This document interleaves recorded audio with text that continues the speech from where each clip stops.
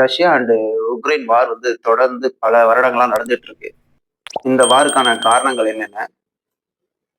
Ukraine Russia கிட்ட ஏன் மோதணும்? Ukraine ஏன் நேட்டோவ எங்கள சேர்த்துக்கங்கன்னு சொல்லி கேட்கணும் அவங்ககிட்ட. ரஷ்யா வந்து இவ்வளோ உக்ரைன இவ்வளோ வருடங்களா கைப்பற்ற நினைக்க காரணம் என்னென்ன? அப்படிங்கிறத பத்தி நம்ம பார்க்கலாம்.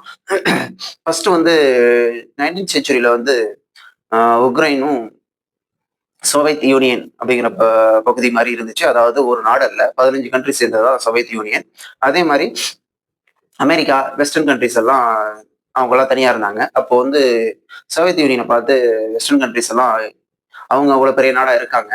நம்ம இப்படி இருந்தோம்னா அவங்கள விட பொருளாதாரம் சரி, வார் நம்ம மேல பண்றாங்கன்னா ஈஸியா நம்மளை தாக்கி அழிச்சிட்டு அவங்க எல்லா நாட்டையும் கைப்பற்றிடுவாங்க அப்படிங்கிற ஒரு பயத்தினால என்ன பண்றாங்கன்னா, அமெரிக்கா, வெஸ்டர்ன் கண்ட்ரிஸ், ஐரோப்பிய யூனியன்லாம் என்ன சேர்ந்து ஒரு விஷயத்த நேட்டோங்கிற அமைப்பு கிரியேட் பண்றாங்க. நேட்டோ நேட்டோங்கிற அமைப்பு கிரியேட் பண்ணதுனால இவங்க வந்து நாட்டோங்கிற அமைப்பு என்ன ரீசன்னா, ஒவ்வொரு பகுதியா அந்த யூனியன்ல சேர்த்து அந்த அந்த யூனியன்ல சேர்த்துக்கிட்டே இருப்பாங்க. அப்படிங்கும்பொழுது இவங்க ரஷ்யாவை சுத்தி உள்ள நிறைய பகுதிகளில் நேட்டோங்கிற அமைப்புல சேர்ந்துட்டாங்க.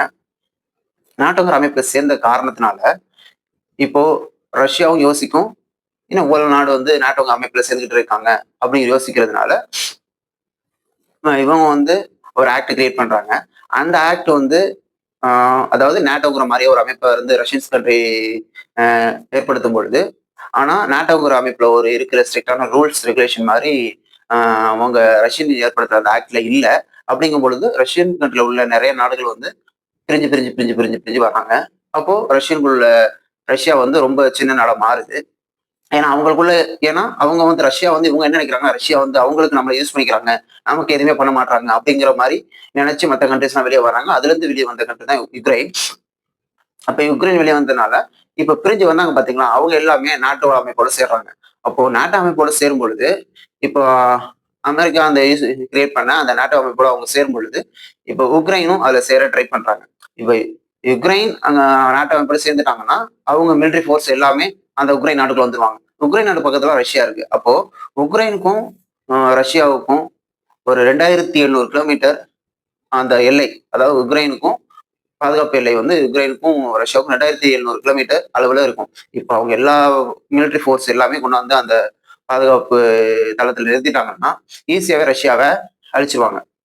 இதன் காரணமாக தான் ரஷ்யா வந்து அந்த அமைப்புல அவங்க உக்ரைன் சேர விடாம பண்றதுக்காக நிறைய விஷயங்களை கிரியேட் பண்ணிட்டு இருக்காங்க. அதனாலதான் அந்த வார் தொடர்ந்துச்சு அப்படின்னு பார்த்தோம்னா அது மட்டும் காரணம் கிடையாது. ரெண்டாவது இன்னொரு விஷயம் இருக்கு. இப்போ ஆயில் அண்ட் கேஸ் சுப்ரமேசி வந்து உக்ரைன்லயும் இருக்கு, ரஷ்யாலயும் இருக்கு.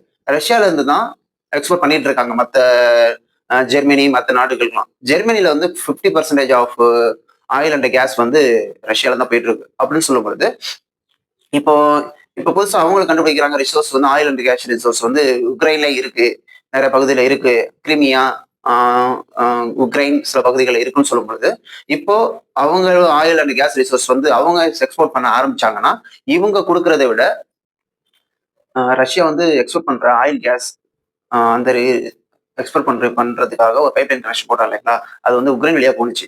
உக்ரைன் வழியா போனதுக்காக அதுக்கு ஜிஎஸ்டி வரி விதிச்சாங்க. ஓகேங்களா, அதுக்கப்புறம் தான் அவங்க வேற நாட்டு மூலமா போற மாதிரி பைப் லைன் கனெக்ஷனை கிரியேட் பண்ணாங்க. அது இல்லாம ஆயில் அண்ட் கேஸ் வந்து உக்ரைன்ல இருக்கு.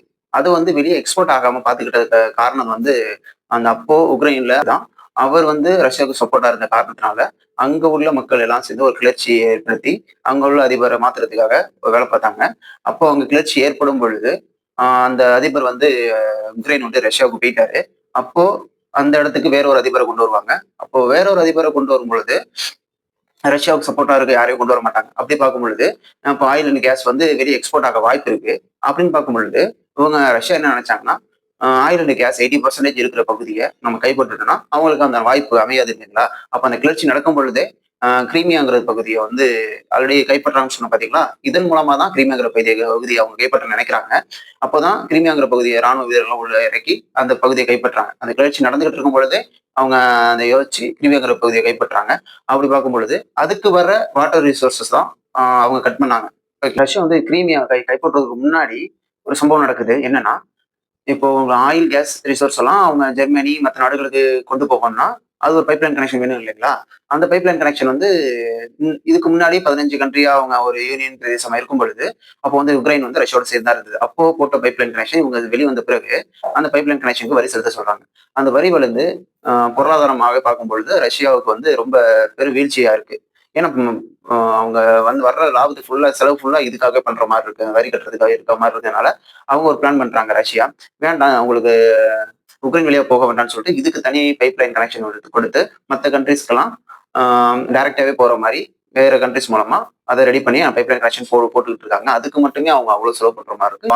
அதாவது உக்ரைன் கூட ரஷ்யா சண்டை போடுறதுக்கான ரீசன்ஸ் வந்து ஒரு 1 இல்ல 2, 3 காரணங்கள் இருக்கு. ஓகேங்களா? ஃபர்ஸ்ட்டு ஒண்ணு சொன்னேன். ஆ நாட்டோ அமைப்போட உக்ரைன் சேர்ந்தாங்கன்னா, அந்த போர் அ அவங்க நேட்டோல உள்ள ராணுவ படை வீரர்கள் எல்லாமே உக்ரைனுக்கு வந்து ரஷ்யாவ அ போர் தொடுக்கிறதுக்கு ஈஸியான வழிவகையா இருக்கும் அப்படிங்கிறதுக்காக, அதனால தான் ஒரு காரணத்துக்காக அவங்க உக்ரைன் மேல போர் தொடுக்குறாங்க. 2வது காரணம் வந்து இந்த வாட்டர் ரிசோர்ஸஸ் கிரீமியாவுக்கு வாட்டர் ரிசோர்ஸஸ் கட் பண்ணது 2வது காரணம். 3வது காரணம் வந்து உக்ரைன் வழியா போன அந்த பைப்லைன் கனெக்ஷன கட் பண்ணது. ஓகேங்களா? இது எல்லாமே ஆ ஒரு பொருளாதாரம் அடிப்படையிலும் சரி, சில விஷயங்கள் அடிப்படையிலும் சரி, ஆ உக்ரைன் வந்து யுக்ரைன் எப்படி சொல்லும்பொழுது, இப்போ எல்லாம் ஒண்ணா இருந்தாங்க. இப்ப தனியா பிரிஞ்சு போயிட்டாங்க. அப்படிங்கும் பொழுது, இப்ப அவங்களுக்கு சப்போர்ட்டா இருக்கணும். அவங்க வந்து அத எதிரி நாடா நடிச்சு, இது மாரி விஷயம் பண்ணிட்டு இருக்காங்க. அதாவது இந்தியா, பாகிஸ்தான் மாரி. இப்ப இந்தியா, பாகிஸ்தான் ஒண்ணா இருந்துச்சு முன்னாடி. இப்ப பாகிஸ்தான் பிரிஞ்சு போயிட்டு, இப்ப நம்மோட போர் புரிஞ்சுட்டு இருக்காங்க. அது மாரி தான் ரஷ்யா, உக்ரைனும் அவங்களும் நடக்கிறதும் அதே மாரியான சண்டை. ஆனா ரீசன் வேற. அவ்வளவுதான் ரீசன் வேற. ஓகேங்களா? இப்போ ரிவர கட் பண்ணிட்டாங்க. ஆ பைப்லைன் கனெக்ஷன் போறதையும் ஜிஎஸ்டி வரி போட்டு, அத வந்து அவங்க ரஷ்யா வந்து வேற பைப் கனெக்ஷனா மாத்திட்டாங்க. அப்படிங்கும்போது, இப்ப அவங்க வந்து அந்த நாட்டோ அமைப்போட சேர்றதுக்கு உக்ரைன் வந்து ரிக்வெஸ்ட் பண்ணிக்கிட்டே இருக்காங்க. ஆனா அவங்க இன்னும் அந்த அமைப்புல சேரல. இப்ப இதே மாரி இப்ப வந்து ஆயில், கேஸ் ரிசோர்ஸ் வந்து உக்ரைன்ல இருக்கு. இப்ப வந்து ஆ ரஷ்யா வந்து அவங்க மூலமா ஒரு போர் தொடுத்துட்டே இருக்காங்க. அப்படின்னு பார்க்கும்பொழுது, இப்ப உக்ரைன் வந்து ஒரு அ ஒரு அச்சுறுத்தும் நாடுகள்ல ஒரு நாடு மாரி எல்லாம் பார்ப்பாங்க. அப்படிங்கும்பொழுது, அவங்க மேல யாருமே அதிகம் இன்வெஸ்ட் பண்ண வரமாட்டாங்க. அதுதான் ரஷ்யாவுக்கு வேணும். அப்படிங்கிற ஒரு பதட்டமான நிலைய வச்சுக்க தான் ரஷ்யா விரும்புது. உக்ரைன்லேருந்து உங்களுக்கு கிரீமியாவுக்கு வர்ற ஒரே நதி வந்து டெனிபர் ரிவர். அந்த ரிவர் வர்றதையும் கட் பண்றாங்க. கட் பண்றது மூலம் இப்போ வந்து கிரீமியாவுக்கு எந்த வாட்டர் ரிசோர்ஸும் கிடையாது. இப்ப அங்க உள்ள மக்கள் ஆயிடுவாங்க. ராணுவ வீரர்கள் ஆயிடுவாங்க ஆல்ரெடி சொல்லியிருந்தேன் இல்லைங்களா? அப்படி பார்க்கும் பொழுது, இப்போ ரஷ்யாலேருந்து எல்லா வசதியுமே ஏற்படுத்தி குடுக்குறாங்க. ஓகேங்களா? அதுக்கு பெரிய செலவு பண்றாங்க. இதுக்கும் பெரிய செலவு பண்றாங்க. அவங்களுக்கு இந்த ஆயில், கேஸ் ரிசோர்ஸ் ஜெர்மனி மத்த நாடுகளுக்கு கொண்டு போறதுக்கும் பெரிய செலவு பண்றாங்க. அப்படின்னு பார்க்கும்பொழுது, அந்த ஆயில், கேஸ்ல தான் அவங்களுடைய பொருளாதாரம் 80% பொருளாதாரம் வந்து ரஷ்யாவுக்கு இருக்கு. அப்படி பார்க்கும் பொழுது, ஓகேங்களா? இதுதான் அவங்களுக்கு வாழ்வாதாரம். இத வச்சு தான் மத்த எல்லாமே மெயின்டெயின் பண்றாங்க. அப்படி பார்க்கும் பொழுது, அவங்களுக்கு பெரிய கோபத்த ஏற்படுத்துது உக்ரைன் மேல. இந்த கோவம் எல்லாம் சேர்ந்து தான் அந்த இதுவரையும் நீண்டு கொண்டு நடந்துகிட்டு இருக்கிறதுக்கான முழு காரணமே லுகஸ்கான் மத்த 20% ஆஃப் ஏரியாவ வந்து ஆ உக்ரைன் சம்பந்தப்பட்ட 20% ஏரியா வந்து ரஷ்யா கைப்பற்றிட்டாங்க. உக்ரைன் அத வந்து எப்படி ஹேண்டில் பண்ண போறாங்க அப்படின்னு தெரியல. பொறுத்திருந்து பார்க்கலாம். தேங்க்ஸ்.